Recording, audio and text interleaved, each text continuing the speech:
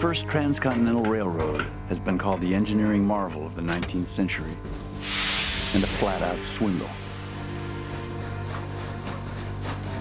It opened new economies in the American West while consuming vast quantities of its natural resources.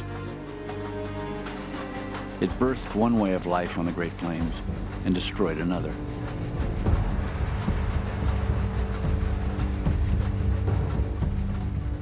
In making the road, a young nation would display its capacity for boldness, ingenuity, and industry.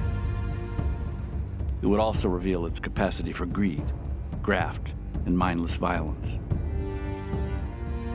New heroes of business and industry, such as hardware dealer Collis P. Huntington and construction boss Jack Casement, would make names for themselves, as would the engaging but rapacious scoundrel Thomas C. Durant.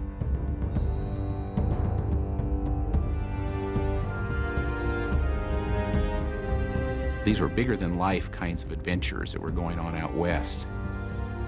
Here was, in essence, the railroad representing civilization moving into the wilderness. It was just a feat that boggled the imagination, that from Omaha on the Missouri River, they could build all the way to Sacramento on the Sacramento River with nothing in between these two early settlements. The Transcontinental Railroad was the technological manifestation of manifest destiny. This was how we were going to make this all one country. Even before construction began, the Transcontinental Railroad had precious freight to bear, the hopes and dreams of an entire nation. It hauled the promise of new wealth to the filthy rich, the landless poor, and everybody in between.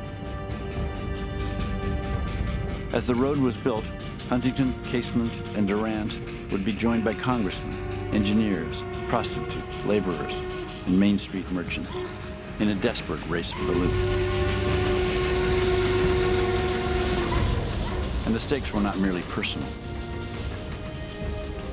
With the railroad complete, it was asserted, America could take its place as the first nation of the world in commerce, in government, in intellectual and moral supremacy.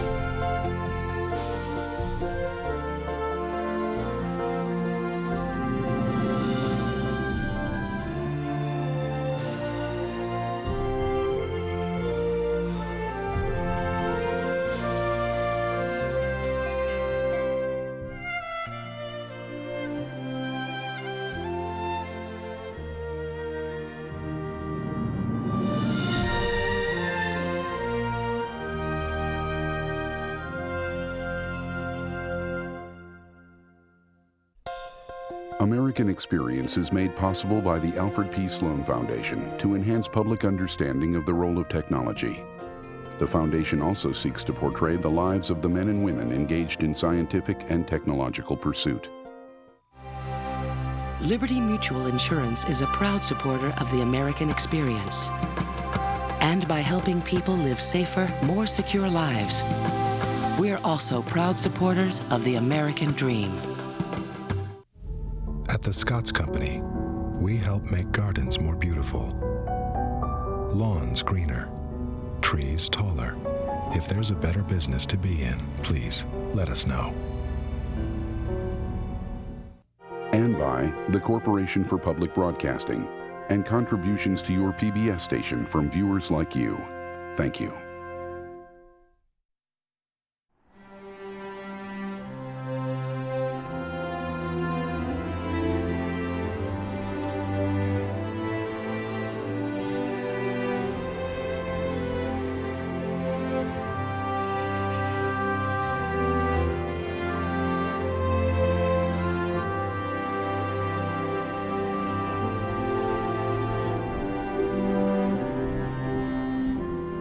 The man who would fire America's first transcontinental railroad, Theodore Judah, was born in 1826 to a nation on the rise. The United States was a young republic, but already possessed of big ideas for itself. And as early as the 1830s, while Judah was still a schoolboy, pamphleteers began to champion one entirely new idea: a railroad from the Atlantic to the Pacific. The earliest railroad projectors were zealous as missionaries and about as practical. None of these men had even seen the Far West. Yet they insisted this railroad would be the main commercial road between Europe and Asia. The whole commerce of the vast world, one exclaimed, will be tumbled into our lap. Few Americans bought into these dreamy projections. Much of the West was presumed useless. A land, said one United States senator, which no American citizen should be compelled to inhabit unless as a punishment for crime.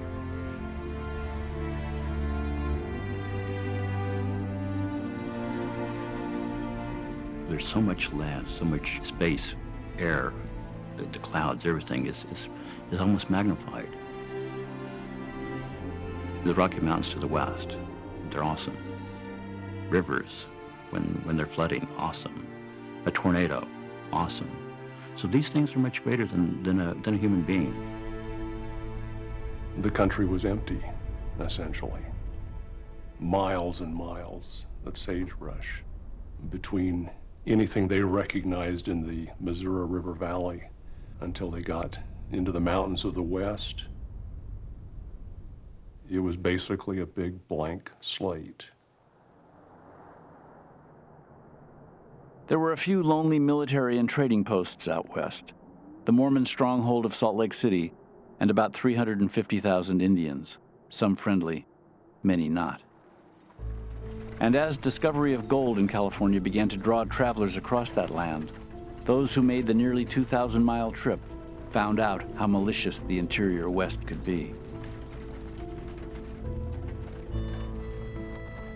It was 5 months of sheer misery, and there were many people who died along the way, whether by the hands of Indians or from dysentery or cholera, accidents, starvation, lack of water.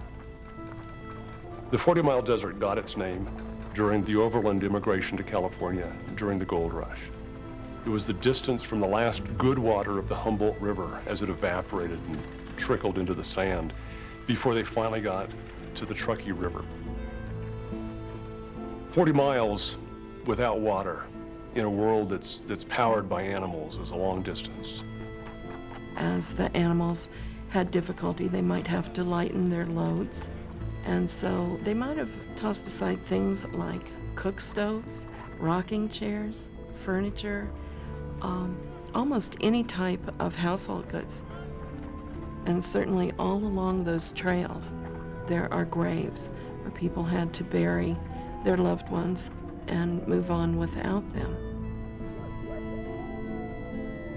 There was a danger of the bodies being dug up by wolves and other predators, so usually people would be buried right on the trail itself, and then the constant tapping down of all of those covered wagons going past would just harden the earth and make it impossible for the grave to be desecrated. So most of the graves were not marked, and there's no way of knowing how many thousands of people died along that route.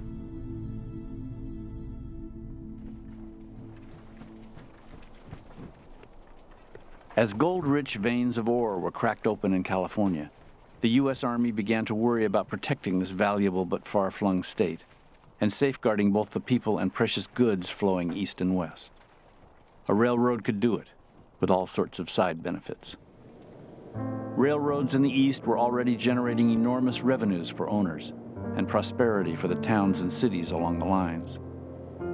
Many in Congress recognized that there was potential in a railroad to the Western Sea and agreed to fund surveys of possible routes for what was known as the Pacific Railroad. They had personal stakes in the matter, very realistic stakes. The congressmen that were active on behalf of specific geographical points to be starting points for the railroad were, for the most part, invested in those communities. Stephen Douglas owned property in the site of Chicago.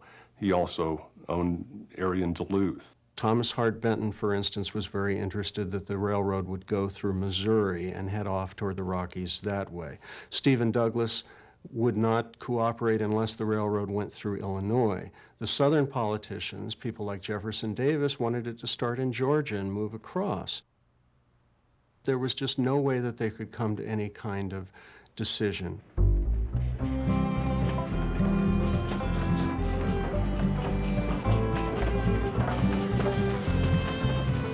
Though Congress appeared to be hopelessly deadlocked, the idea of a coast-to-coast railroad had captured the imagination of engineers all over America, and none more than Theodore Judah. Judah was a practically trained civil engineer, having begun work on eastern railroads at age 13, before heading west in 1854 to build the first railroad in California. His wife years later said that Theodore Judah took the job that took him to California because he wanted to have something to do with the Pacific Railroad. I suspect every civil engineer in the United States at the time wanted to have something to do with the Pacific Railroad. He really had what his wife liked to call the Pacific Railroad bug. And there were some people in Sacramento who called him Crazy Judah because he was such a monomaniac about the railroad. Theodore Judah had passable engineering skills, but a genius for friendly persuasion. He could rhapsodize about 90-ton locomotives with driving wheels 14 feet in diameter, pulling freight and passengers across the plains at 100 miles an hour. Judah also understood that before investors came on board, they wanted to know what it would really cost to build the road through prairie, desert, and mountains, to grade and bridge and tunnel, and to lay nearly 2,000 miles of iron rail. But Judah simply didn't have the money to conduct the sort of survey that would answer those questions. So he went to Congress to try to get a few happy incentives for potential investors. When Theodore Judah arrived in Washington in the fall of 1859, talk of slavery and secession was crowding out all other business in the nation's capital. Still, he pressed his case. Even without a proper survey, Judah insisted a railroad could race across the plains, scale the Rockies, and push easily through the Great Basin. The biggest obstacle was the Sierra Nevada mountains, and he'd yet to find a way through. In his earliest projections, Judah's railroad would skirt the range to the north. In 1860, he's still thinking in terms of a railroad coming around the northern part of the state. And up until that time, he had never been in the Sierra Nevada looking for railroads. But in July of 1860, California is a different world than it was when he left the previous October.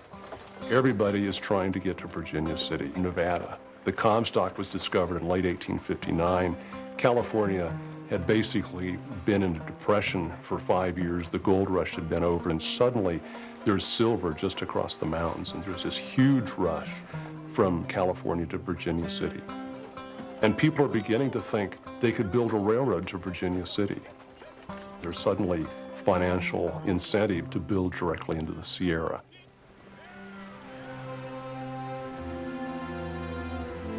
In October of 1860, a local storekeeper named Daniel Strong invited Judah to have a look at a place where he thought a railroad could cross the Sierras. If it worked, Strong knew, it was the straightest line to the Comstock lode, and his little town of Dutch Flat would prosper. It was a difficult 2-day ride to the summit, but on top, when Judah looked east, out along an immigrant trail largely abandoned after the Donner Party's ugly demise, the engineer understood immediately what he saw. So many places in the Sierra Nevada, there's a double summit. You come across the mountains and you drop down into a valley, such as the valley where Lake Tahoe is. And then on the other side, you've got another mountain ridge that you have to cross. And at Donner, you've only got one summit. You come up the American River, you go down the Truckee River. And by being on the ridge above the river, you have a nice continuous plain that you use as a ramp. He knew that this was going to be a shortcut to Virginia City. This was going to make money. Judah and Strong drew up articles of incorporation for the Central Pacific Railroad Company and started looking for investors. At a meeting in Sacramento, Judah managed to entice one very important Main Street businessman. Collis P. Huntington was a hardware wholesaler known for his willingness to bury competition and for his shrewd business sense. When Huntington said he was considering Judah's railroad proposition, other Sacramento merchants followed. Huntington's business partner, Mark Hopkins, dry goods merchant Charles Crocker, and his brother, the attorney E.B. Crocker, and Leland Stanford, a wholesale grocer and would-be governor. Taken together, the five were worth less than $150,000. They were mistrustful of others and fiercely protective of their solid credit ratings. But with California's gold rush waning and their revenues falling, this new project offered some hope. Even if the Sacramento merchants failed to get a railroad through the Sierras, they could at least use Judah's engineering for a wagon road to Virginia City. Huntington was very practical, and he wanted to know, what's the return? Hopkins didn't want any part of it. He was saying, what are we doing getting involved in this railroad? We've already got a good thing going with this hardware business. And so all they did initially was give Judah enough money to do a survey. And following that survey, in October of 1861, Judah went back to Washington, D.C., this time with maps and with profile. In an office in the Capitol building, Judah unfurled a 60-foot-long map and smaller profiles of his proposed line across the Sierras. When representatives and senators wandered in, the 35-year-old engineer was always there to explain his plan. It would take just over $12 million to build the line across California, he'd tell his visitors. He'd show them where the bridges and tunnels would go, the curves, the grades, the water tanks and depots.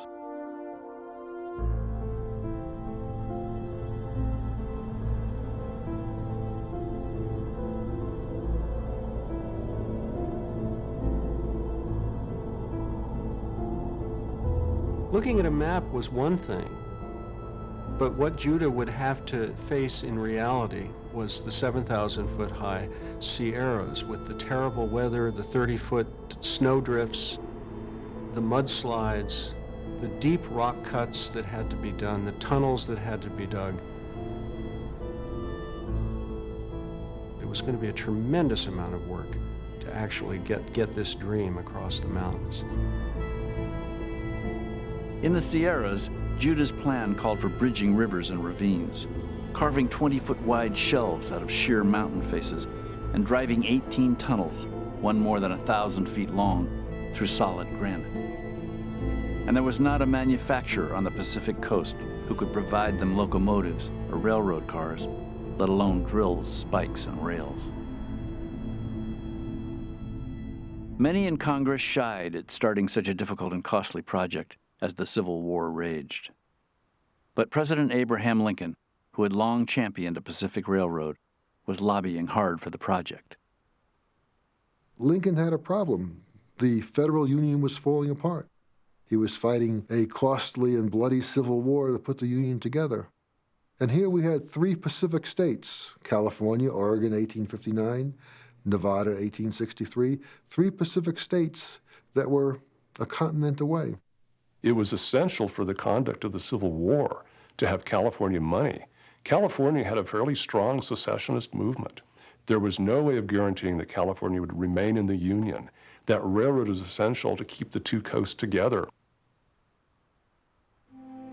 On July 1st, 1862, President Lincoln signed a bill that gave Judah's own Central Pacific the right to build from Sacramento east, and chartered a second company, the Union Pacific, to build from the Missouri River west. The legislation did not specify a meeting point for the two roads, but it did grant the railroad builders 6,400 acres of land for every mile of track laid, and as much as $48,000 in government bonds for each mile completed. There were strings, of course, and enough of them to hang both companies. The government would withhold nearly 20% of the bonds until the entire line was in working order, and it would not release a single dime to either company until it had built 40 miles of working railroad. If the road was not completed between the Missouri and Sacramento rivers within a dozen years, all railroad company assets would be forfeited.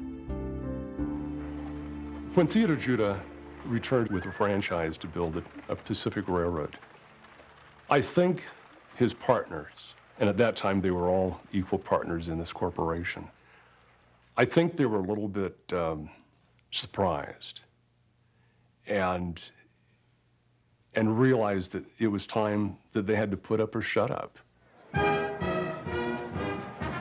On the morning of January 8, 1863, with Judah notably absent, the Central Pacific began work with great fanfare.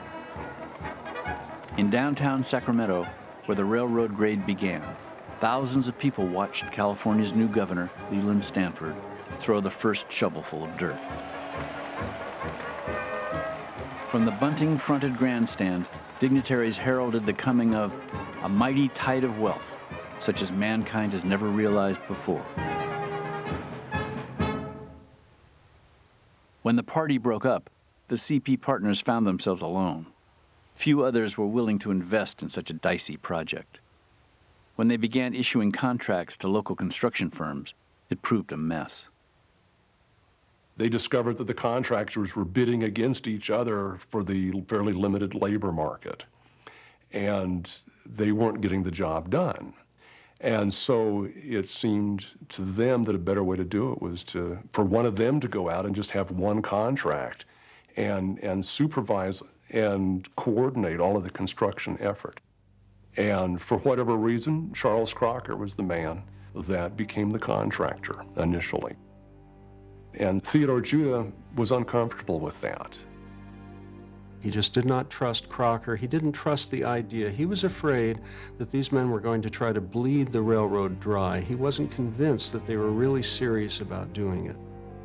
Judah didn't have a good working relationship after the start with the Big Four, and they really took the reins in their hands after they could see there was feasible civil engineering ways of going through the mountains, and that's what they did. They left Judah by the wayside. Even as their crews were grading along Judah's line, the Sacramento shopkeepers were slow in paying their chief engineer. They canceled contracts Judah had made with ironmakers in the East, even questioned his lines of survey. In the summer of 1863, there's a showdown, and they basically tell Judah, either you buy us out or we'll buy you out. But there was absolutely no way they were going to go down the same path together from that point on. Officially, Judah was still carried as chief engineer of the Central Pacific Railroad.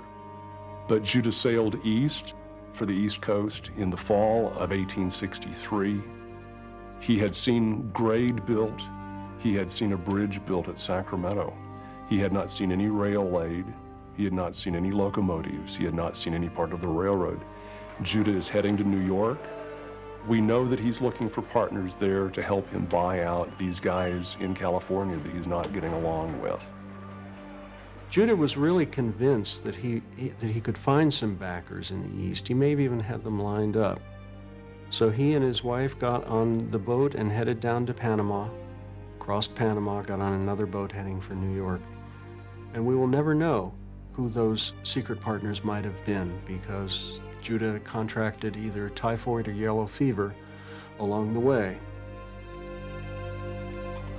When Judah's ship docked in Manhattan, the 37-year-old engineer was carried off the boat on a litter and deposited in a sickbed in the Metropolitan Hotel.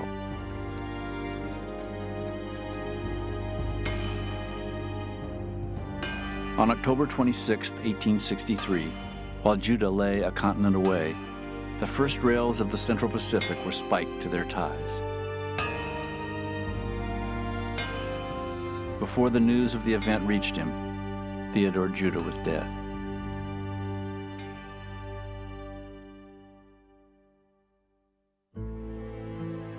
The 1862 Railroad Act did not specify a starting point in the East. Railroads had already been built out past the Mississippi River, so the jumping-off point for the new road would be somewhere along the Missouri. But again, Congress could not agree. The burden of decision, like so many other burdens, fell on the stooped shoulders of President Abraham Lincoln. In November of 1863, 2 days before he gave the Gettysburg Address, Lincoln puzzled over the maps and financial affidavits provided him by the Union Pacific Company. Lincoln knew the 450 miles across Nebraska's Platte River Valley offered a cheap and easy start. He also knew he had political favors to repay, so he chose, as the eastern terminus, Council Bluffs, Iowa. He was nominated in 1860 on the third ballot.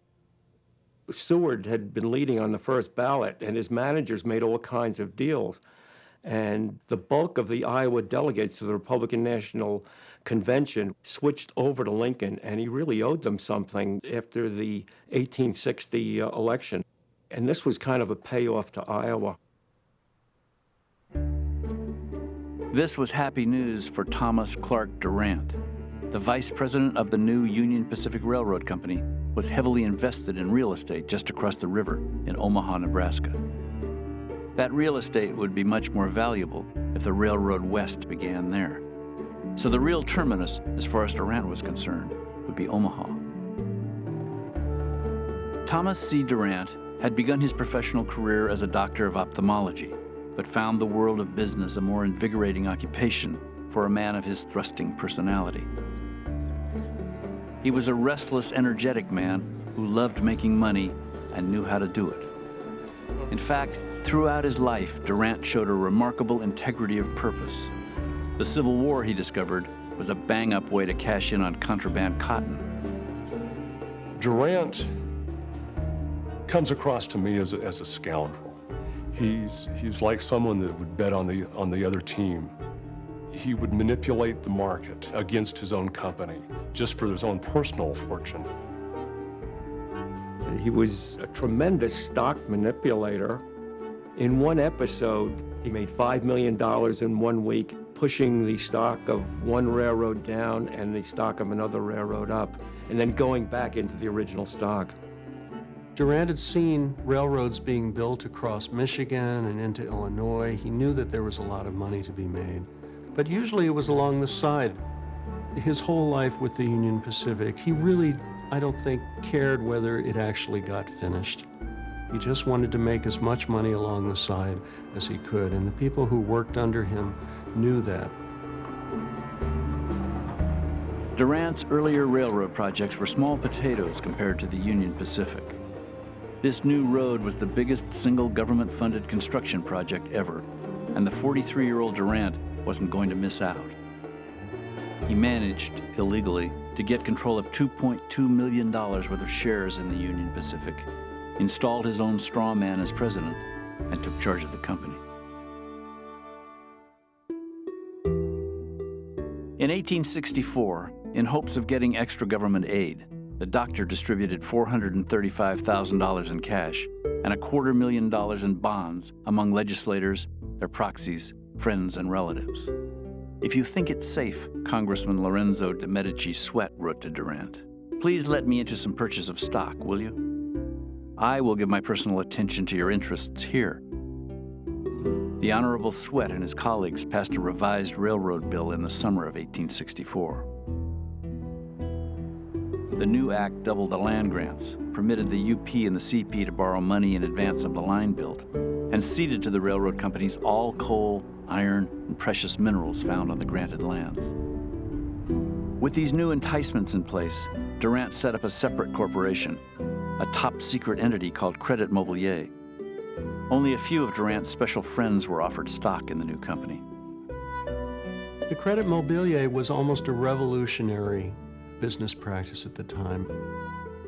It was the idea of a railroad company being able to borrow money on the land that they didn't even own yet, but would if they actually built the railroad. That was the first principle. The second principle, though, was the real center of energy for it, and that was the notion of limited liability. Up until then, anybody investing in a company, if the company got into trouble, that person would be liable for not only what they had in the company, but their own personal fortunes, their own houses, their own property.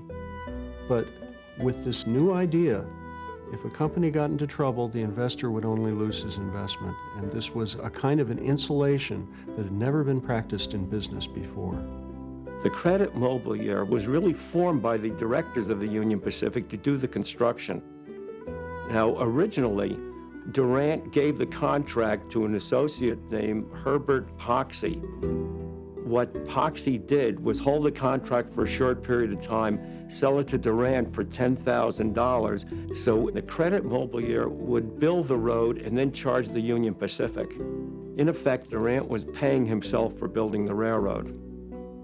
The Hoxie contract called for building the railroad up the Platte Valley at $50,000 per mile. Peter Day was the chief engineer, and he made the statement that anybody who charged $50,000 for a railroad down the Platte Valley was nothing but a thief. The contract was worth $12.5 million for building the first 247 miles of the Union Pacific Railroad. Peter Day figured it would cost half that. The rest was pure profit. But the doctor knew nobody was really watching. Congressional oversight was virtually non-existent. So Durant's next move was the boldest yet. They were being paid by the mile, so why not make the line longer? So what he did was he took a perfectly good railroad survey and he lengthened it with this tremendous oxbow-shaped route that went out in a different direction from Omaha and added about $500,000 to Durant's pocket in the bargain. Peter Day resigned in protest, but it didn't much matter. More than 2 years after Congress had chartered the company, the Union Pacific was little more than a paper railroad. When the Civil War came to an end in March of 1865, the UP had not spiked a single length of track. When the railroad's great champion, Abraham Lincoln, was assassinated a month later, the company still had not laid any iron. And on Independence Day, 1865, still nothing. Many in Congress were wondering if they should simply cut losses and withdraw support from the Union Pacific Railroad. Thomas C. Durant had good instincts for self-preservation, and he understood it was now in his interest to start building a railroad. Suddenly he cared about nothing else. He just sent a veritable blizzard of telegrams out to the poor people who were working for him out on the line, saying, hurry up, we are far behind our time. What are you doing wrong? I can replace you very easily. I want more work out of you. I will not accept no for an answer, and I will not accept failure. Day after day, Durant wired his crew bosses in Nebraska. Do you or do you not want more men to lay 60 miles this fall? If so, what kind? If men are not fed well and made comfortable, they will not stay. See to this. What is the matter that you can't lay track faster?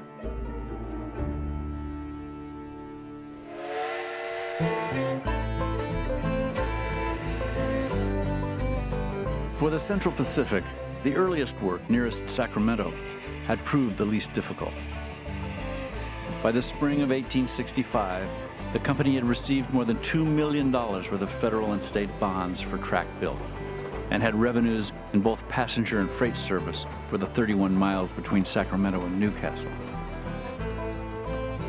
Collis Huntington had moved to New York, where he could arrange for shipments of iron and raise East Coast money. Charlie Crocker had found a construction boss, the profane, hard-driving James Harvey Strobridge, who could run the mostly Irish immigrant crews. But Strobridge had constant problems finding dependable men to fill grading and track-laying crews. California still had a small population, and most laborers preferred work nearer the comfort of town or out in the goldfields.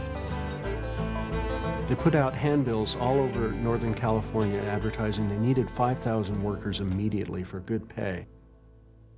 They advertised for 5,000 and 200 showed up. And they were absolutely desperate. They finally had the money. Money was burning a hole in their pockets, and what were they going to do? Charlie Crocker suggested to their labor boss, James Harvey Strobridge, let's try some of the Chinese from down in the valley and see if they work out. And Strobridge didn't like this idea. He said, they can't be good workers. They're too weak. They're too insubstantial. Strobridge did not feel that the Chinese were physically able to do the kind of heavy labor that was required, especially in the Sierra Nevadas, the rocks, the granite, the moving of this massive material.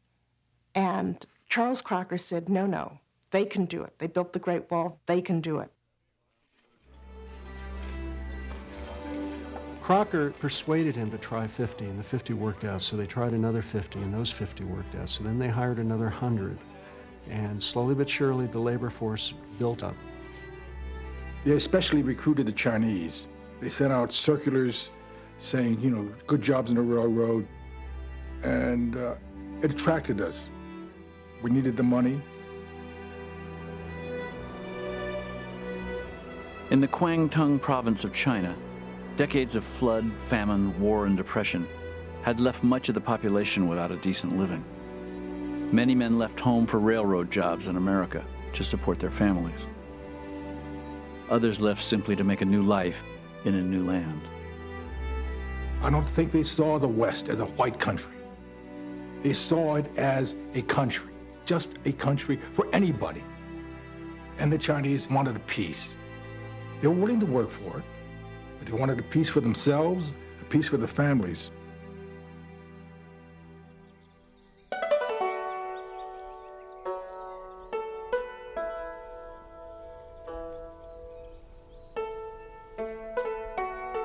They were certainly harder workers and more conscientious. They didn't get drunk every night and have fights. But one of the most interesting things that I think kept them going was just the question of diet. If you went to the Irish camps, you would find them eating boiled beef and boiled beans and drinking boiled coffee. And if you went over to the Chinese, you'd begin to smell the fertile aromas of garlic and cuttlefish and stir-fried pork. When they drank, they didn't drink from ditches, they drank boiled tea. And they also didn't come down with dysentery the way the Irish workers did because of this boiled tea.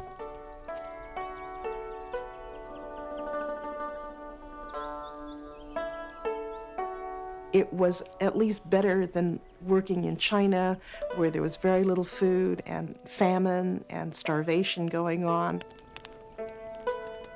A Sunday meal for the railroad workers was an elaborate banquet in their eyes. They would have imported foods from China that they were familiar with: oysters, dried meats. They would have pork and chicken and abalone. This was really a magnificent meal.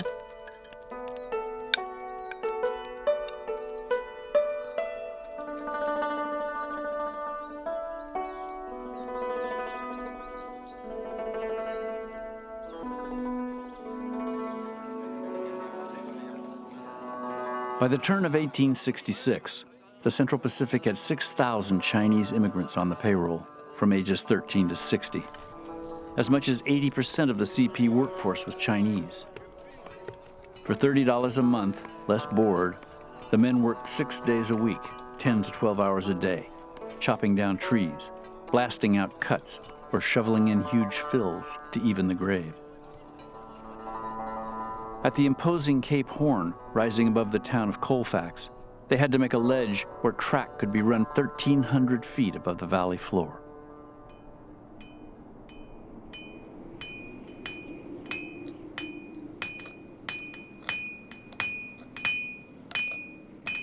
The only way to get the railroad line across was to start slow, to carve out a narrow shelf just wide enough for a man to walk. Then over time it could be enlarged until they could get entire crews out to chisel away the cliff face.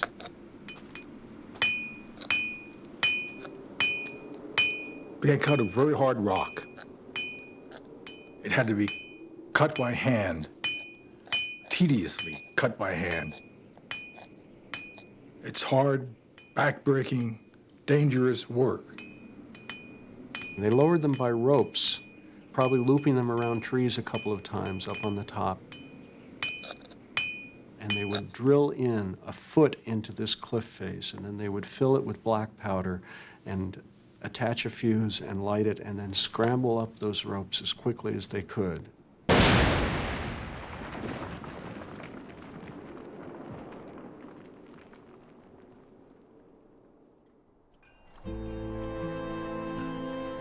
By midsummer 1866, track-laying crews were pushing out beyond Colfax, 55 miles east of Sacramento, laying 350 iron rails 2,500 wooden ties, and 10,000 spikes every mile.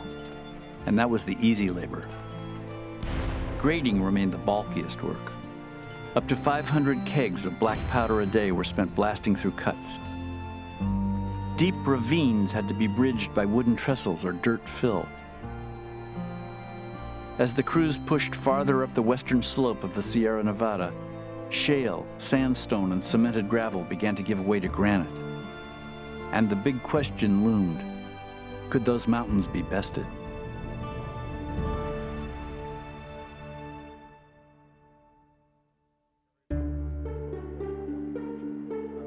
Out on the Great Plains, Thomas C. Durant was still in a swivet. The Union Pacific had completed only 40 miles of railroad in 1865, and they were the easiest 40 on the line. But as the company geared up for the 1866 work season, there was no shortage of labor. Tens of thousands of Civil War veterans had landed out of work, roaming the country, anxious to get as far as possible from the scenes of horror they'd witnessed. Durant hired as his new chief engineer General Grenville M. Dodge.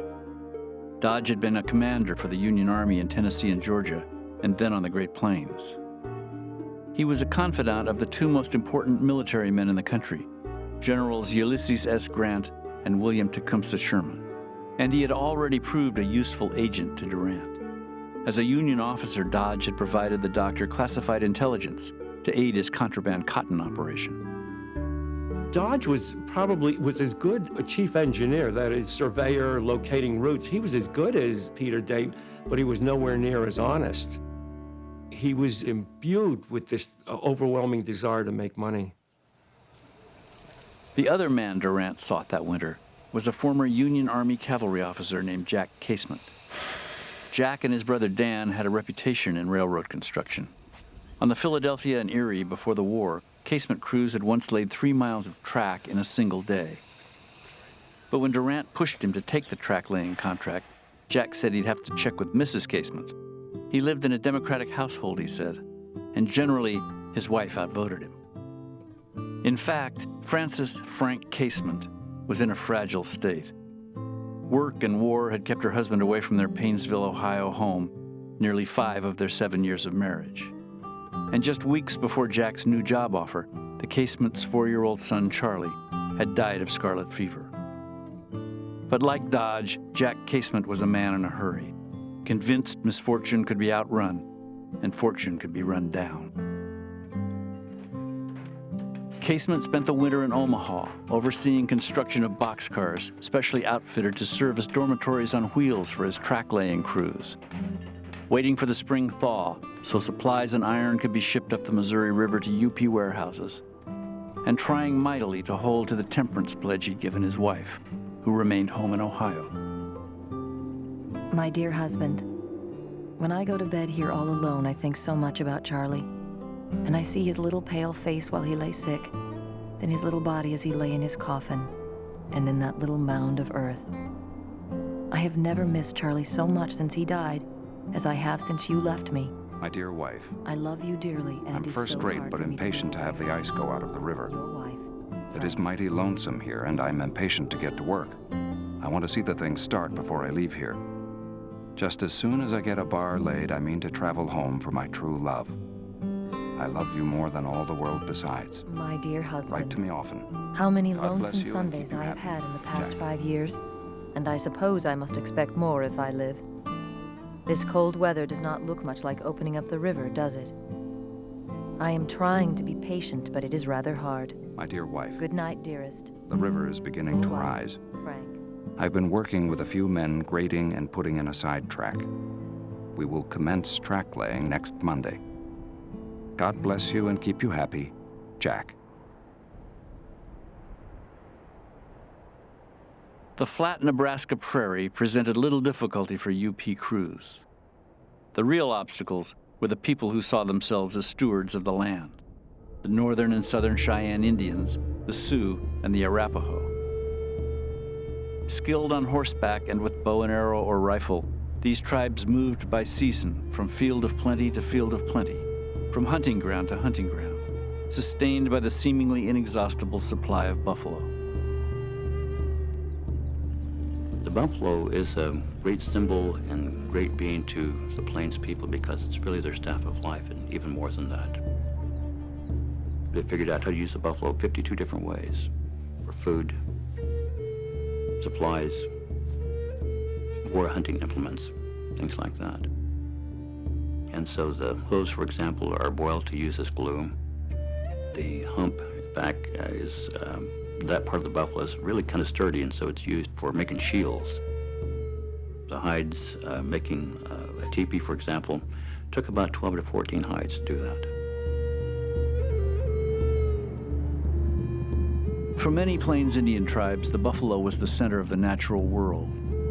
Following the path of this animal, they learned to respect the potency of nature in its power to give and to take away.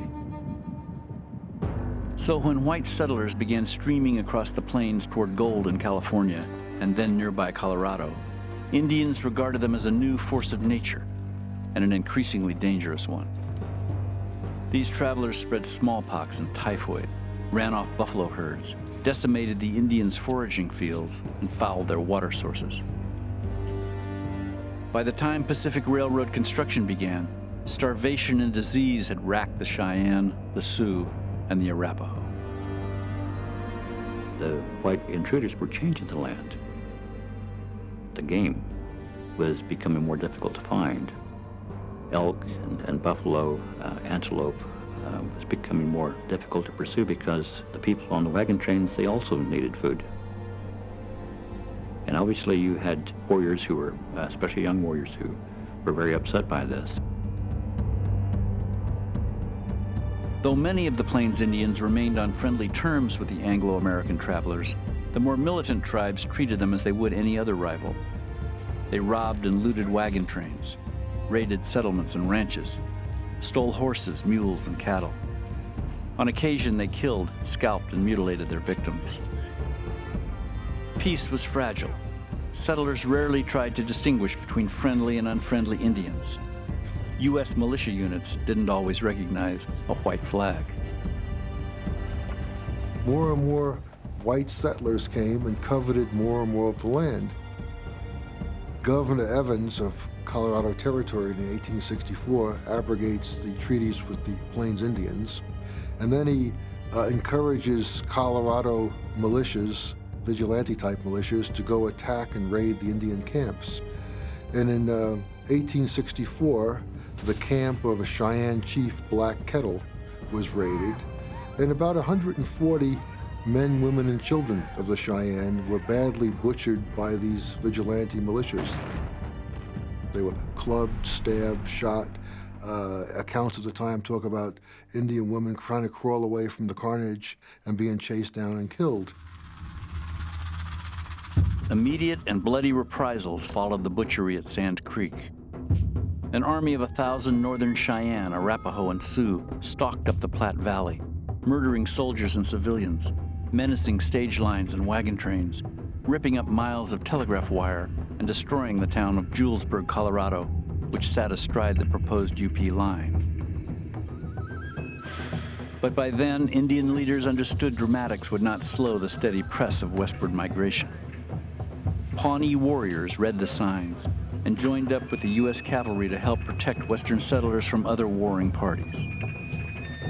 The more visionary Cheyenne and Sioux leaders, like Red Cloud, concentrated their efforts north in the Powder River region, where the Bozeman Trail threatened to destroy the only good buffalo hunting left to them. Farther south, near the Union Pacific line, their people were simply fighting for their lives. The winter of 1865 and 1866 had been a very brutal one. It had been colder than usual, and the Indian tribes had suffered terribly from famine. The U.S. government knew that there was trouble afoot.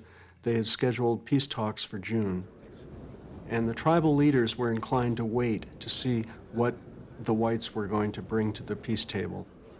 But they just absolutely could not control the younger hotheads, who, as soon as they could get out onto the plains, were going out and rustling horses and livestock to feed their families, to survive. Small parties of Union Pacific surveyors were harassed and shot at. A few men were even killed, and their boss, Grenville Dodge, was apoplectic, sending pleas for help to his old Army mate, General William Tecumseh Sherman. So the commander of the U.S. Army's Western District headed out to assess the problem for himself. They met very few Indians at all. When they did meet a few Indians, they were very, very friendly. When they got to Colorado City, a delegation came and asked them about protection against the Indians, and Sherman's answer was, there's no Indian menace around here. All you want is the Army station here so it'll make Colorado City prosperous. He came to the conclusion in 1866 that the Indian menace was vastly overrated.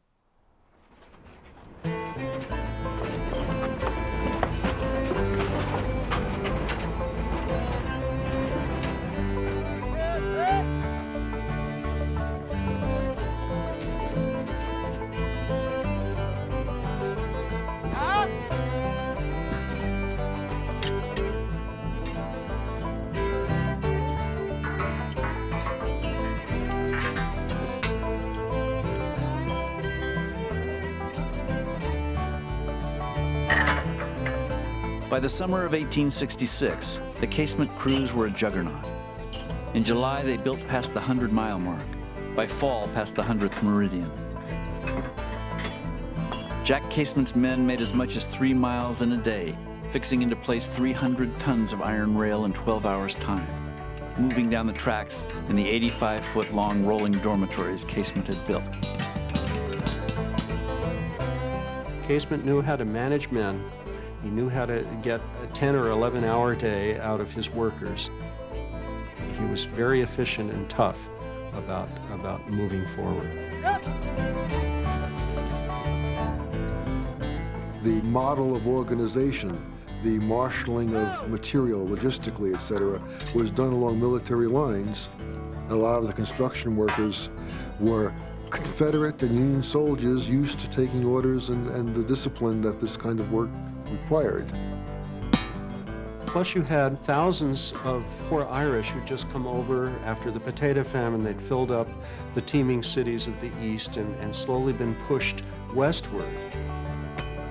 It was a rough life. The days were long, the work was hard, the sun beat down, the winter winds howled. There was always the threat that there was an Indian band over the next hillside. Well, if you were a laborer there wasn't too much good news. They had simple foods, boiled beans, the equivalent of hardtack. The water often had giardia in it that could cause dysentery. They lived in tents, and the outfit cars with their berths 4 or 5 high that you slept in. They had very little opportunity for baths or bathing, personal hygiene, so the stench both within the cars and outside of the cars had to be tremendous. You got your $2 or so a day and your inadequate meals, such as they were, and then you could look forward to the pleasures of hell on wheels.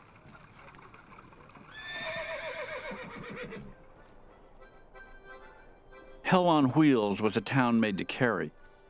As the railroad workers moved down the prairie, the entire town could be packed onto flatbed cars or wagons and hauled to the next felicitous spot, reconstituted and renamed. End-of-tracks towns sprang up very quickly as the railroad came along. Many of the buildings were tents, maybe 4 posts in the ground with a canvas top for cover. Many of the gambling halls and the saloons would operate 24 hours a day, and one of the things that settlers mentioned frequently in their letters and journals was the annoyance from the noise of these gambling halls, the saloons, people shouting in the night. It was very noisy, very crowded, and very rough. Most of the women coming along in that point were entrepreneurs. They were prostitutes who were here primarily for the same reason that the men were following this westward press of empire, which was to make quick money and lots of it. And so they would locate themselves wherever there was a fluid population of men with money to spend. It cost a man about $10 an hour to trip the light fantastic with those soiled doves. And if he had anything left, they would drug him and strip him of everything of any value before kicking him into the street. Immediately in front of Bull's big tent occurred the first murder I ever witnessed. And 10 minutes after that shot was fired, the excitement had subsided. The street was clear, the games were in full blast, and the cry of "Promenade to the bar" was issuing from the big tent. W.O. Owen. Bull's Big Tent was a full-service establishment. They had almost every kind of gambling game that anyone could desire to play. And in the back, there were cubicles that were partitioned with canvas for the women to transact business with their customers. And then Dr. Allen announced that he had established offices in the rear of Bull's Big Tent and specialized in the treatment of sexually transmitted diseases. So actually, you could go to the big tent, you could spend an afternoon or evening's diversion, catch things that you really did not want to have, and hopefully have them taken care of before you headed back out on the railroad.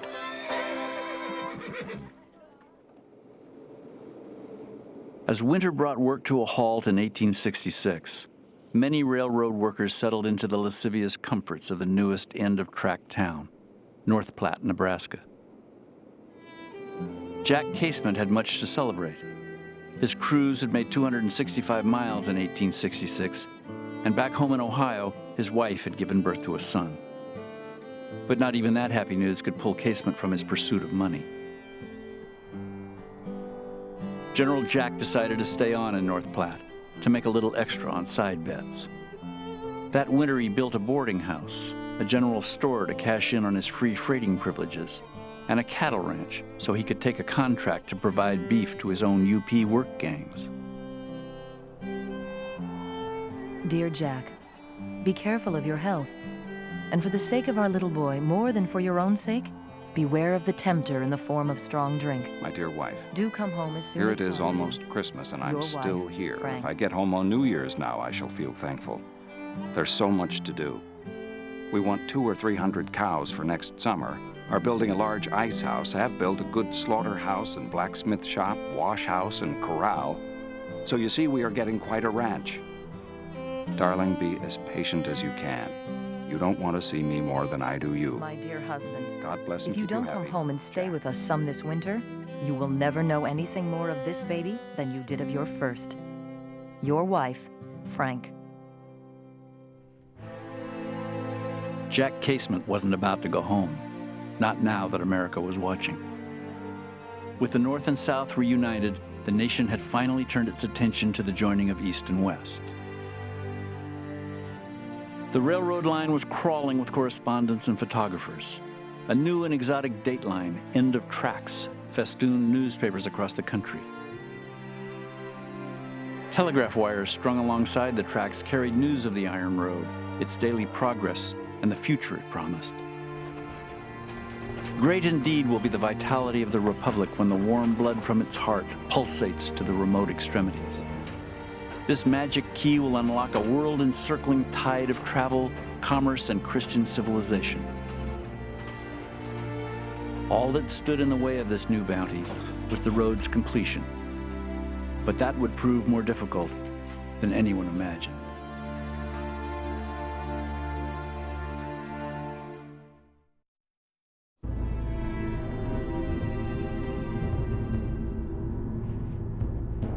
In the fall of 1866, as the Central Pacific completed its track to Cisco, 92 miles east of Sacramento, Chinese work gangs were hurried to Donner Summit, where 7 separate tunnels had to be dug. The most difficult was number 6, the Summit Tunnel. November snows were already beginning to blanket the mountains.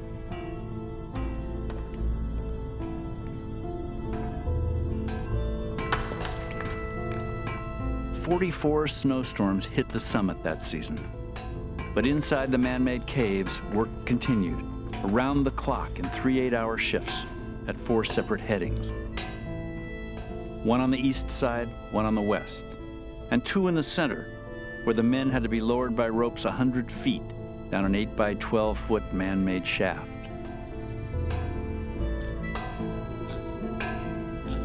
Even with 12 to 15 men drilling at each face and hundreds of barrels of black powder expended daily, the Central Pacific partners figured it would take 15 months to break through the tunnel. The Summit Tunnel was 1,659 feet long and is through some of the hardest rock in North America. And remember that we're working with hand drills and black blasting powder. It's not very efficient, takes a lot of human effort and a lot of money to pay for that blasting powder. The Central Pacific is building a foot a day through these tunnels, and it's just agonizing for them. They recognize that the Pacific Railroad is going to generate revenue from Omaha to San Francisco, and their portion of that revenue is going to be based on how many miles of track was the track that they built. They want to get as far east as possible. Those mountains are slowing them down. Meanwhile, the Union Pacific has finally gotten organized. They've hired this guy, Casement. He was bragging that he could build 5 miles of track a day. In his office in New York, Collis P. Huntington was reading breathless newspaper accounts of Casement's rapid advance, with a growing sense of dread. If the CP crews remained stuck in the tunnels too long, Huntington figured, the Union Pacific would build right by them and all the way into San Francisco. 4 years of work would be for nothing. The CP partners would be ruined beyond repair.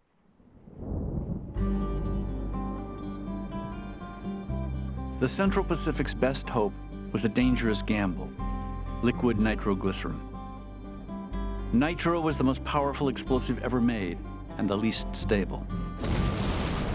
In 1867, transportation of liquid nitro was illegal in the state of California, and for good reason. Accidental explosions had all but disintegrated a Panama steamer and blown up half a block in downtown San Francisco. Body parts were found atop buildings hundreds of feet from the blast site. But when a British chemist named James Howden told E.B. Crocker he could mix the compound on site at the tunnels, the CP partners shipped him straight away to the summit. Nitro is it's a very temperamental compound. It tends to blow up on its own, and the Chinese had to handle it delicately. They had a surprisingly good safety record with this, and they were able to do more than twice the amount of work with nitroglycerin. It blasted more, it smoked less, it cleared out quicker, and they could really start to move on those tunnels. Construction boss James Harvey Strobridge hired Welshmen from Nevada's hard rock mines to further speed the work. But he was surprised to see the Chinese gangs outdistance the Welsh crews week after week. The Chinese did the most difficult work and the most dangerous, and they were paid the least. Californians had suddenly come up with the idea that these Chinese were good workers, and so they were being hired away from the Central Pacific. And the Central Pacific raised the wages to $35 a month. It wasn't enough. This little crew went on strike. They were threatened. We will fire you if you don't go back to work. So they raised their demand to $40 a month, and it got around to the other camps, and then all of a sudden all of the Chinese camps were on strike. So the Central Pacific cut off their food and cut off their supplies.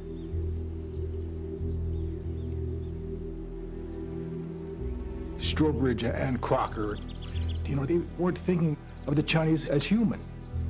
You never thought of the Chinese as having a family, never thought of the Chinese as having a wife, never thought of the Chinese as supporting people across the ocean. And the Chinese were. And they thought, well, the Chinese can live on $1 a day. It's the white man that really needs the money.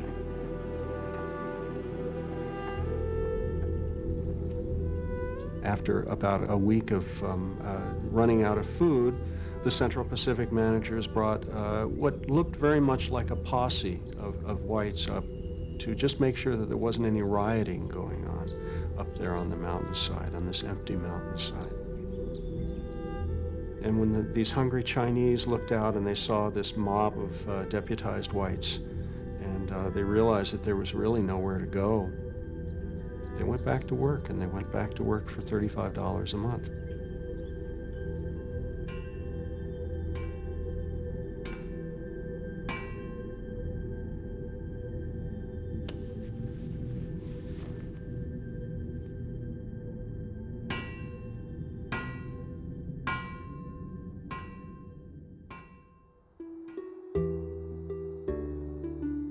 From its inception, all that slowed the Union Pacific was bad management and politics.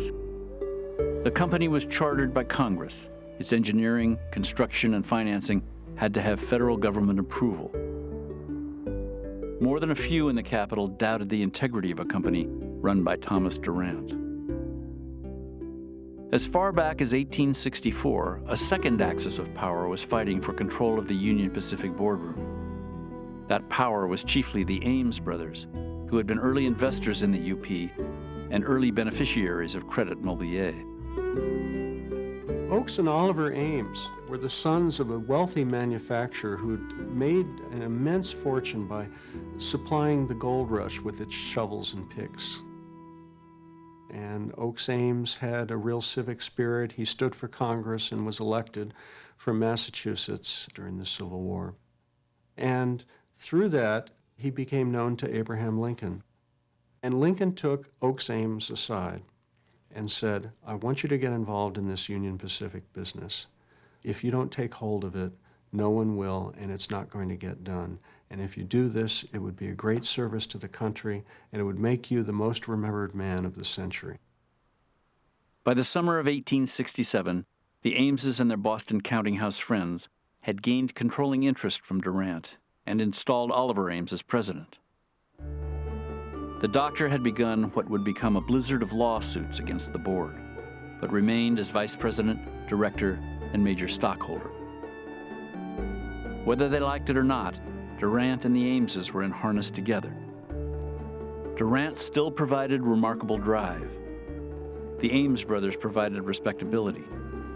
When Oakes sprinkled Credit Mobilier stock through Congress, he did it quietly. What Oakes Ames did was to pass out only 343 shares. They were worth $200 each to members of Congress to influence them in voting for things for the Union Pacific. And no one received over 100 shares of stock. It really amounted to nothing, but it showed how easy it was to buy the influence of representatives and senators.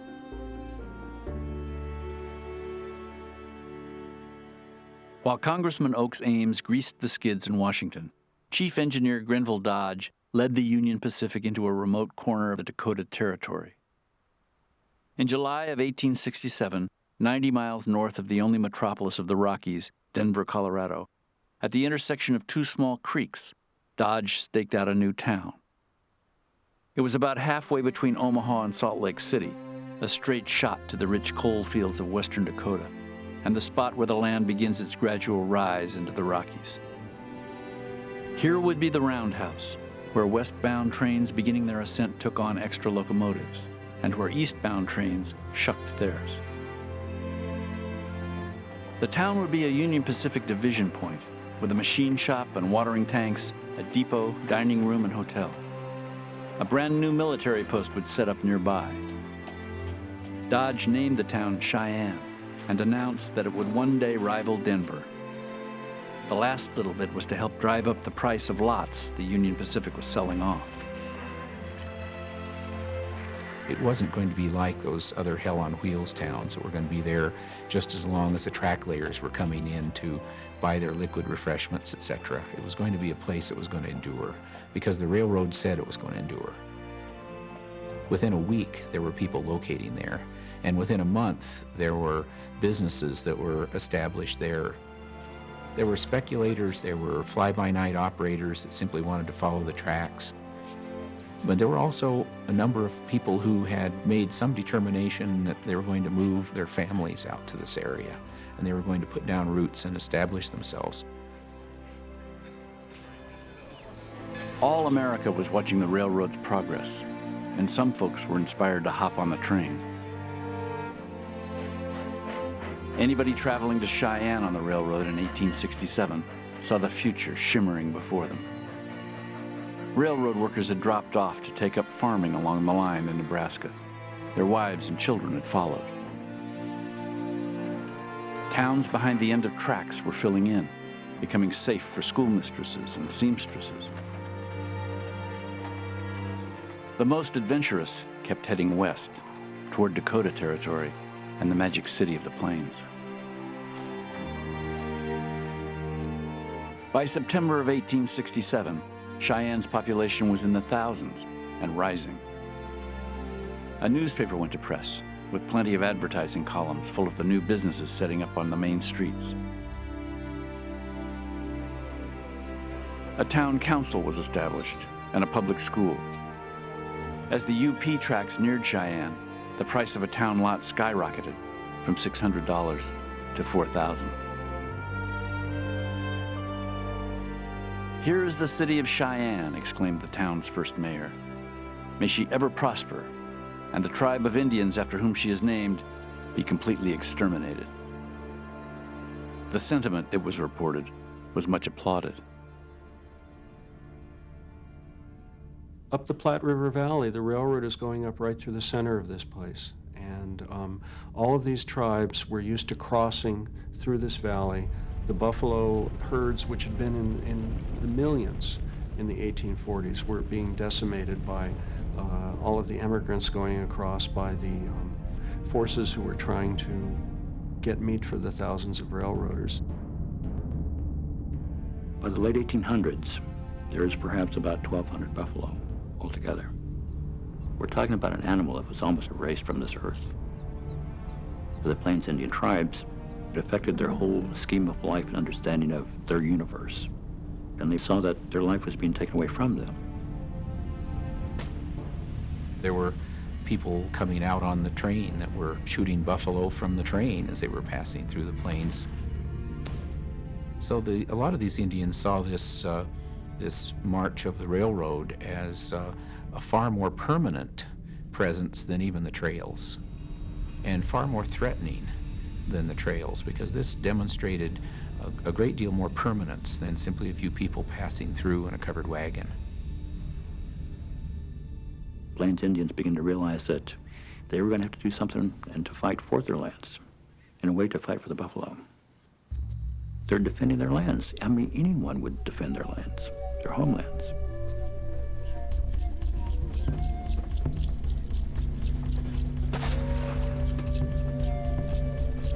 In the summer of 1867, Union Pacific advance men were being picked off with growing frequency. News of dead surveyors, bodies punctured with bullets and arrows, burned the telegraph wires between Cheyenne and Omaha. From Plum Creek, Nebraska, came the news that Cheyenne warriors had torn up tracks, derailed and looted a train, killed an engineer and a brakeman, scalped them, and set them afire. Their charred bodies were soon on display at the Plum Creek station, as was telegraph repairman William Thompson, who had escaped alive but skinned. In a pail of water at his side was his recently removed scalp. After that ugly summer, peace conferences were held, and Cheyenne and Sioux leaders pled their case. If they were expected to control their most angry and militant men, they would have to give them a chance to feed their families. Few whites were in sympathy. Where initially there was fear on the part of a lot of people about the possible threats from Indians and from the native population, as time passed, that fear became one of almost hatred. And that's not universal, of course, but it was a pretty strong feeling that we've got to get rid of these people. We're trespassing on their lands, you might say, but we have to permanently get them out of the way, dispose of them. Dodge was in favor, really, of just exterminating all the Indians, just getting rid of them all. He kept telling Sherman, we need more soldiers out here. We have to protect our parties. Sherman was, interestingly, a conciliator at the very beginning. He had a lot of feeling for the Indian tribes.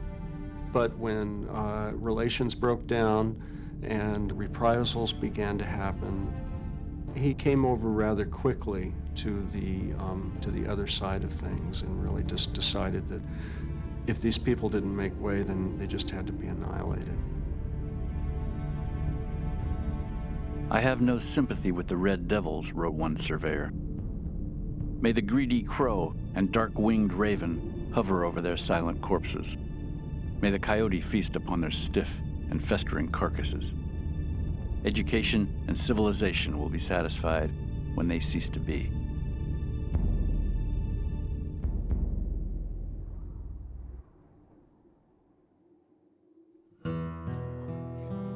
In new towns like Cheyenne and Laramie, where the front lines of Western culture pushed through, the march of civilization was no ennobling procession.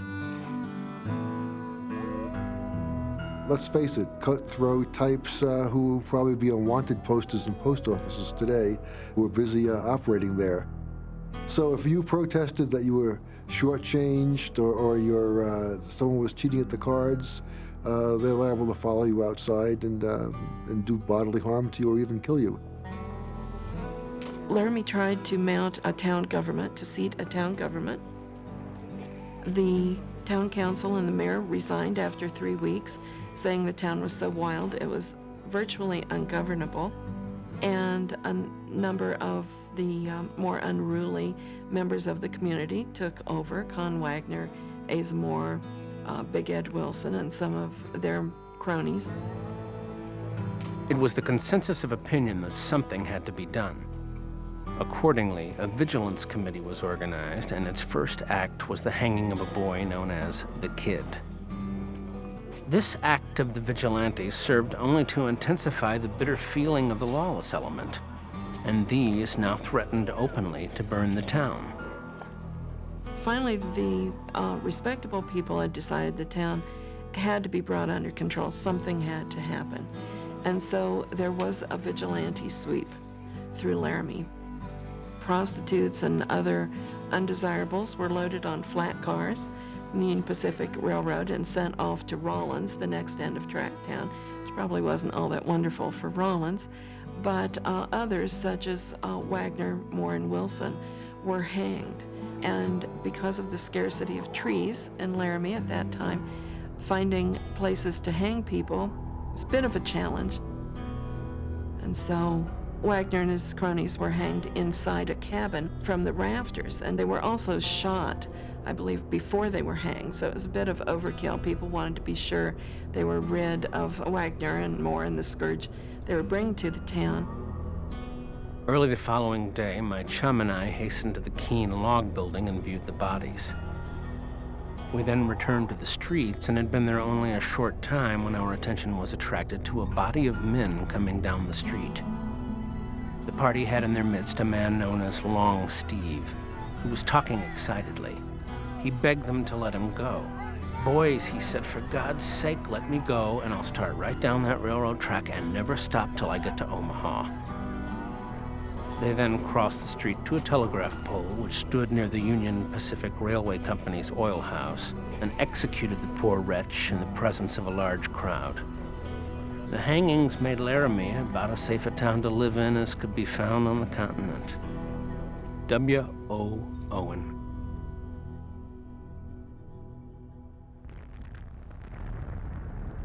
Up on Donner's Summit in the summer of 1867, the Central Pacific crews were still fighting through the summit tunnel.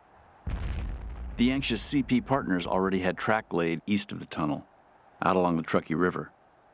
But they couldn't connect the track or collect their ample government subsidy until the tunnel was finished. We get to August And the crew down in the western shaft is working. There's a nitroglycerin blast. They clear away the smoke and they pull away the rubble, and all of a sudden there's a fresh breeze of cool air coming in at them, and they've linked the two western shafts together. And there's this tremendous feeling of accomplishment which redoubles their effort in the eastern face. And 3 or 4 weeks later, at the end of August, they're through on that side. For these years past, gravitation has been so continually against us, wrote Mark Hopkins. At last we have reached the summit, are on the downgrade, and we rejoice. In 5 years of construction, the Central Pacific had laid just more than 100 miles of track. The Union Pacific had laid 5 times that. But with the Sierras finally conquered, Collis P. Huntington wired Charlie Crocker that he could supply him money and iron to lay 350 miles of track in 1868. Could they do it? If the Union Company lay more track than we do, I will pay the damage, Crocker wired back. We will beat the Union Pacific to Salt Lake. Stick a pin in there.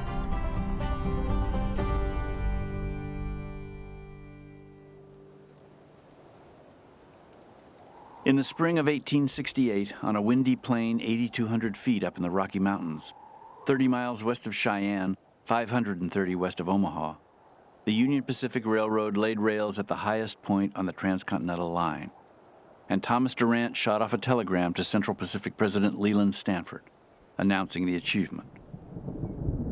Stanford wired back his congratulations with a sly rejoinder: "May your descent be rapid."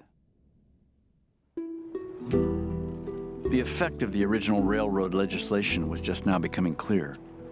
It had made the two companies bitter rivals. This was a zero-sum game. Every dollar gained by one company was a dollar lost to the other. And only one company would get the valuable coal fields in western Wyoming and eastern Utah. "I'll be damned," Durant had said, "if I would not prevent the CP from coming more than 200 miles east of California." In the nation's capital especially, it was beginning to look like the fight would be costly. We have Congressman Oakes Ames down in Washington. The Credit Mobilier had just declared a dividend. It was quite a high dividend. And the congressman got wind of it. And this almost anonymous man from Massachusetts walks out to his desk in the Hall of Congress, and all of a sudden he is just absolutely surrounded by congressmen and senators looking to buy into this Credit Mobilier, to get whatever they could for free if possible, or perhaps to be loaned the purchase price. And he couldn't keep up with it. These were men who would be voting on railroad legislation, and yet they were becoming stockholders in the very company that was getting the railroad built. Collis P. Huntington was passing out cash and stocks too, in hopes of winning the rights to the Wasatch coal fields east of Salt Lake. "If $100,000 will get the line located," he wrote to Hopkins, "I shall get it done."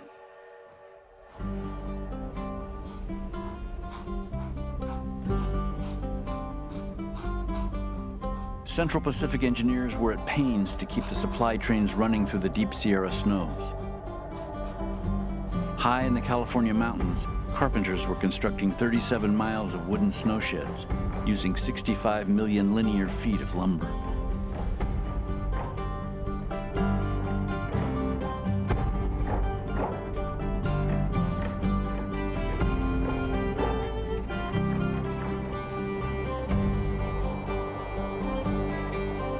The Central Pacific had prided itself on its workmanship. I mean, you go up in the Sierras even today and you look at those retaining walls and those culverts that were built by hand by the Chinese, and they're still doing their job, and they're still objects of beauty. But when the railroad got down in 1868 into Nevada, the real rush was on. "Make it cheap," Huntington told his partners. "When you can make any time in the construction by using wood instead of iron for culverts, etc., do it. And if we should now and then have a piece of the road washed out for want of a culvert, we could put one in thereafter."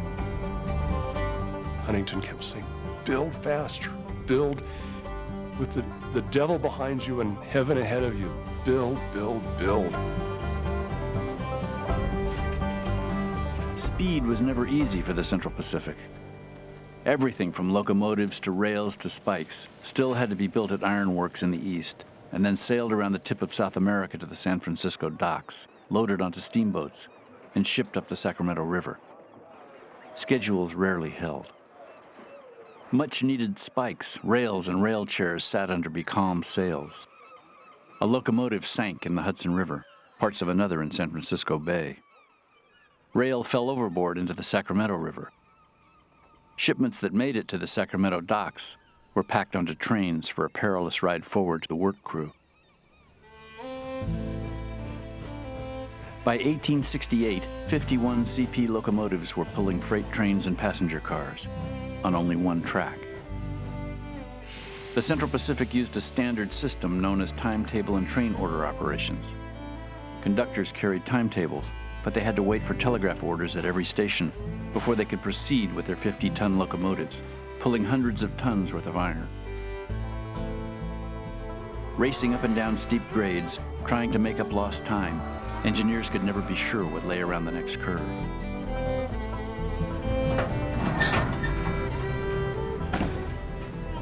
The Central Pacific and Union Pacific were both what is called dark territory. There were no wayside signals.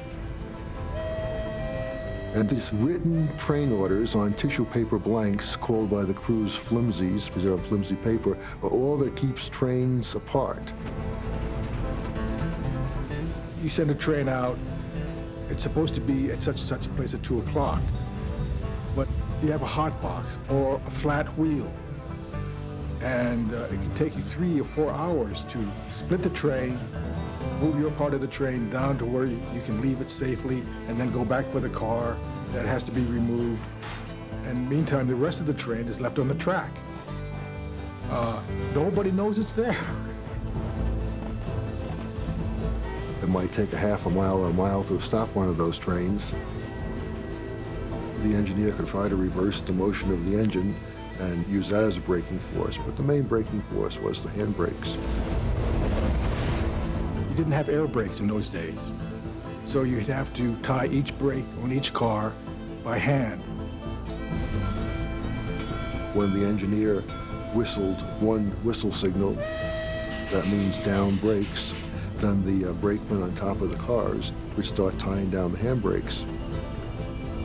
And a brakeman will start from the engine end, and a brakeman will start from the caboose.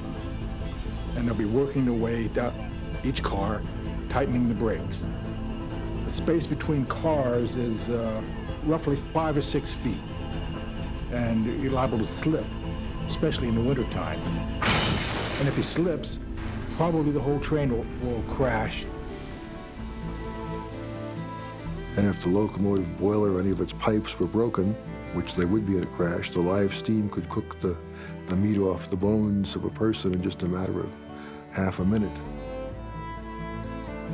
In one 3-month span, there were 4 separate crashes on the Central Pacific Line. These wrecks crippled new locomotives, wasted materials, crushed and burned engineers and brakemen.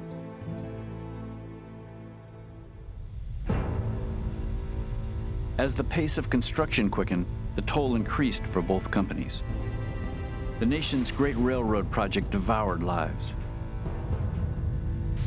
Iron workers making rails in Pennsylvania dropped dead from the heat of blast furnaces. At the tunnels near Donner Summit and across Nevada, hundreds, maybe even thousands of Chinese workers died while building the line. We do know that in 1870, there were 6 carloads of coffins that were going to be shipped back to China, and the cost of the freight was $10 per coffin. Beyond that, we don't know. I wonder about their names. And I probably wonder about the names till the day I die. The bodies were just buried by the wayside, and later, some of them were moved and went back to China.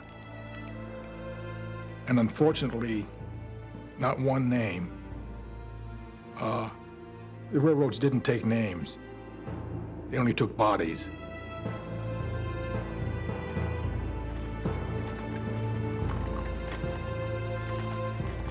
On the Union Pacific side, the surveyors out front had it worst. In his personal diary of the summer of 1868, surveyor A.N. Ferguson noted 45 men killed by Indians, 6 drowned, 1 construction worker killed falling off a bridge, 10 shot dead in robberies or fights, and 1 killed by a stray bullet while sitting in his tent.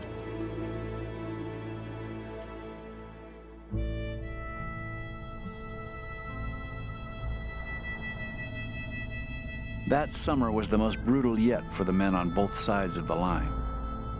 3 years and 680 miles into construction, and the UP was finally running into the sort of obstacles the CP had faced in the Sierras. In the mountains of eastern Utah, 4 tunnels had to be dug, one through black limestone and another through quartzite. The tunneling and grading work in Utah was contracted out to Brigham Young and his Mormon followers. Behind them, the Union Pacific track layers were choking in western Wyoming's alkali desert. Temperatures rose to more than 100 degrees by day and fell below freezing at night. Mules died by the dozens, left to rot trackside as the crews moved on.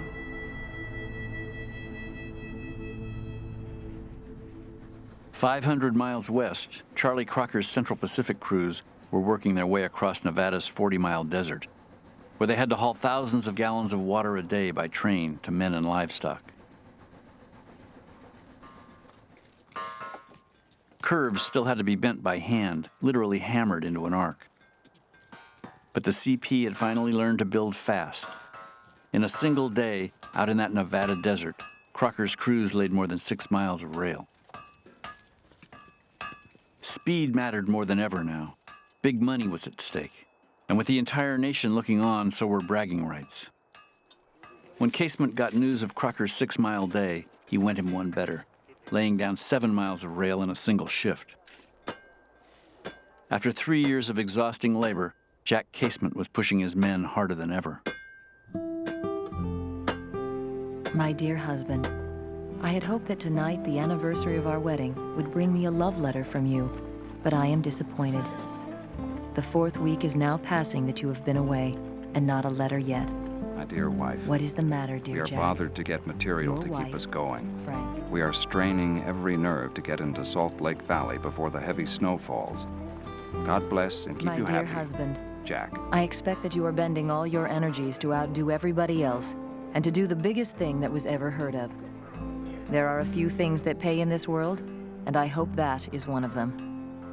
How glad I shall be when the last mile is laid. Your wife, Frank. At the turn of 1869, surveyors, graders, and track layers were all nearly spent, and the end was not yet in sight. The issue of meeting point was still unsettled, and as such, unsettling to both ends of the track. When Collis Huntington met with Oliver Ames and Grenville Dodge in Washington to try to fix a meeting point, it devolved into a shouting match. Ames offered a point in the middle. "I'll see you damned first," Huntington replied, and suggested the mouth of Weber Canyon. Ames stormed out. Grading crews from the companies had already gone past one another and were working side by side, leveling 2 separate lines, sometimes 100 feet apart. But only one company would be paid for its work. The Union Pacific especially was desperate for cash. Both the Casement and the Mormon crews were working without pay. Meanwhile, Credit Mobilier was paying out huge sums to Durant, the Ames brothers, and other stockholders, including the wife of Union Pacific's grasping chief engineer, Grenville Dodge. Mrs. Dodge owned 100 shares of stock in the Credit Mobilier, and the dividend was absolutely enormous. The Credit Mobilier, over an 18-month period, paid 341%. So if the stock was worth $200 a share, and 100 shares, she got a dividend of almost $70,000. They're paying themselves all this money, and the Union Pacific has no money left. A malodorous scent was beginning to surround the entire project. Nearly everybody involved was on the take or in the till, from the former UP president who was blackmailing company directors, to the clerks on the line who took bribes to look the other way when freight arrived lighter than its way in. Government inspectors were rolling over for the companies.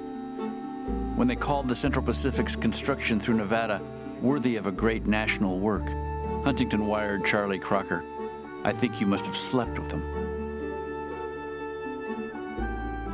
And if construction on the CP side was shoddy, the Union Pacific shortcuts were criminal.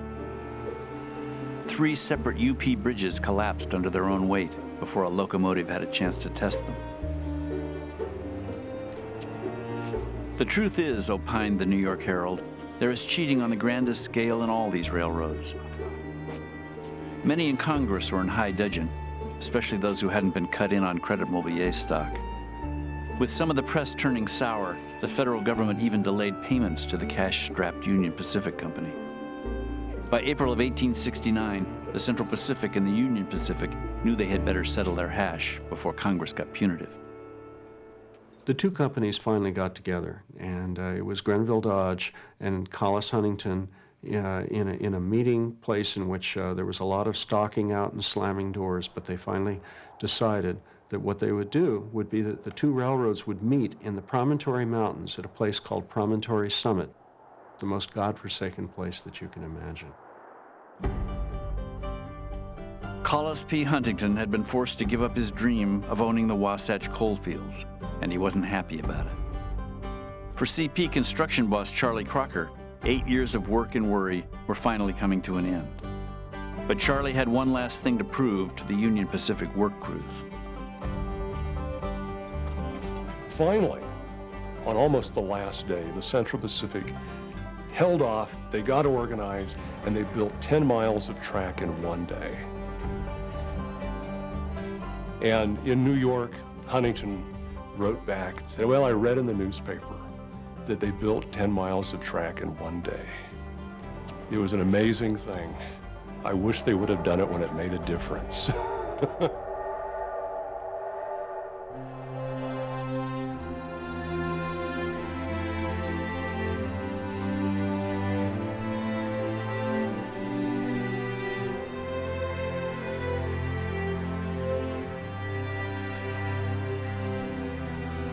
In early May 1869, the competing companies neared the north end of the Great Salt Lake and the day of completion.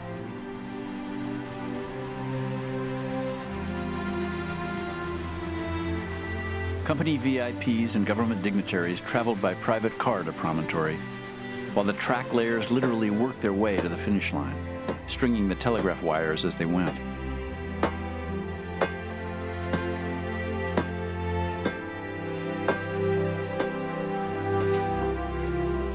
On the morning of May 10, 1869, under brilliant blue skies, all gathered at a recently tossed-together settlement in northern Utah, and the whole country listened in for news of Promontory.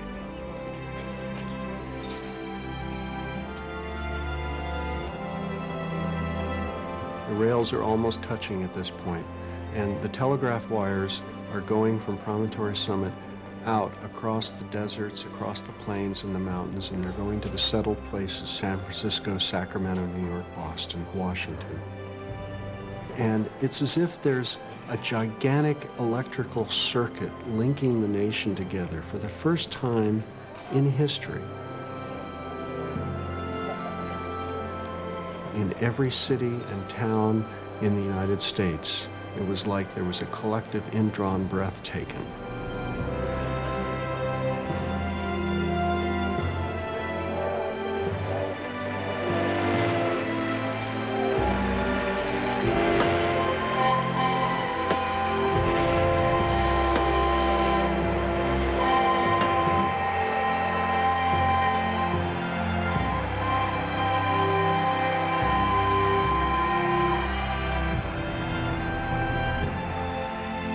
When the signal flashed across the United States, a cannon faced over the Pacific and one over the Atlantic went off simultaneously, warning the world what was about to happen.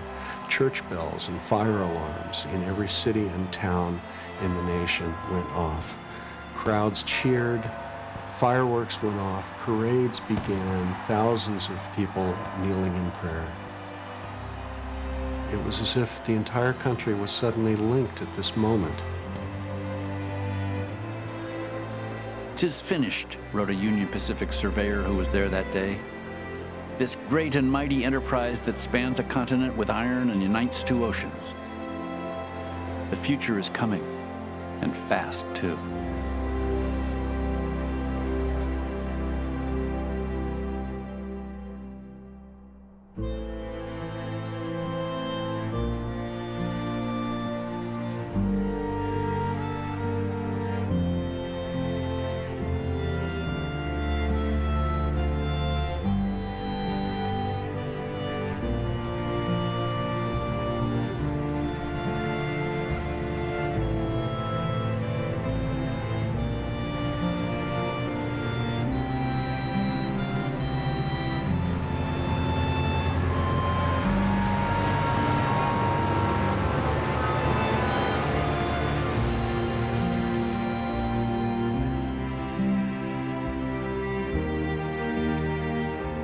Much of the original Transcontinental Railroad line was so poorly built that both companies were forced to begin shoring it up right away.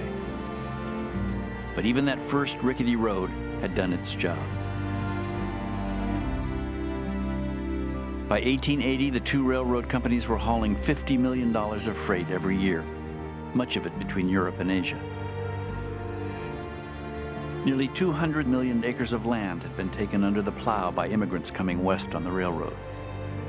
The tattered remains of the Plains Indian tribes had been shoved onto reservations well north.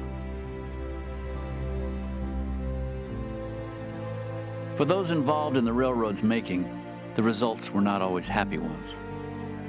For the Chinese, the thanks of a grateful nation included a series of vicious laws that blocked them from citizenship. The Mormons never did receive the money owed them by the Union Pacific. And though Frank Casement got her husband home for a time, he soon left Ohio to chase fame and fortune, building a new road. When the railroad company's financial shortcuts became an issue in the 1872 elections, Congress embarked on dramatic and well-publicized hearings. Collis Huntington and his partners were little help in the investigation. They were sorry, they said, but they'd thrown away all their records. Thomas C. Durant, as always, slipped the noose. Even as he was testifying, he was buying up more than 700,000 acres of land in upstate New York, developing a new railroad.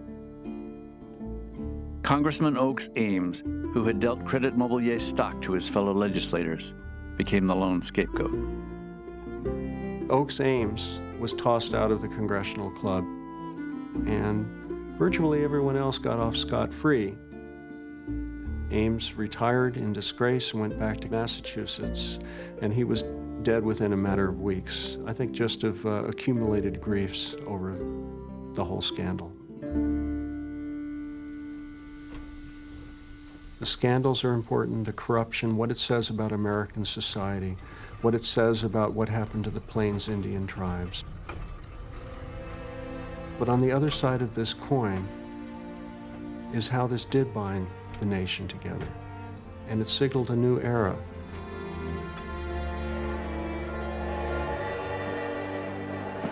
It brought so much change at a rapid, accelerating rate. It meant changing the lives of Indian people, white settlers, even the game in the area. In a way, it was the mark of an era that meant perhaps even national completeness. It was an enormous event for the country. A journey that might have taken 6 months by wagon could now be accomplished in a matter of a week or two. Goods became available, readily available. Towns sprang up along the railroad. You see a whole new world opening up at a critical time in America's development. The railroad now allowed ideas to go from the East Coast and the West Coast, newspapers, stories, novels. So it's not just goods, it's not just products, it's not just ideas, it's a whole, in a sense, revolution.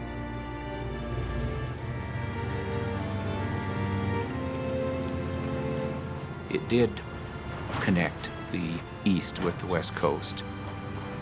It did, in essence, provide us with a continental culture. And it really did bind the country together.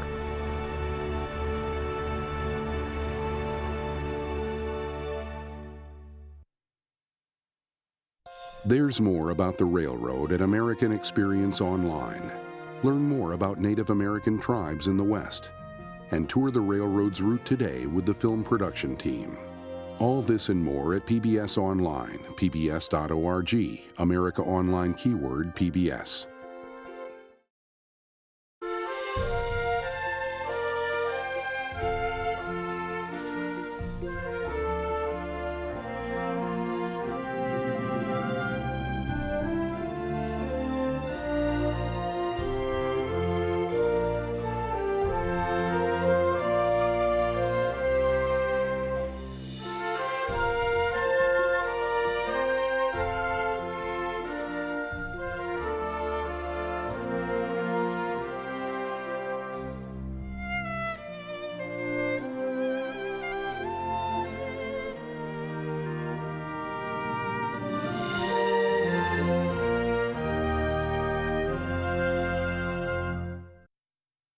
American Experience is made possible by the Alfred P. Sloan Foundation to enhance public understanding of the role of technology. The foundation also seeks to portray the lives of the men and women engaged in scientific and technological pursuit. Liberty Mutual Insurance is a proud supporter of the American Experience. And by helping people live safer, more secure lives, we're also proud supporters of the American Dream. At the Scotts Company, we help make gardens more beautiful, lawns greener, trees taller. If there's a better business to be in, please let us know. American Experience is also made possible by the Corporation for Public Broadcasting and contributions to your PBS station from viewers like you. Thank you.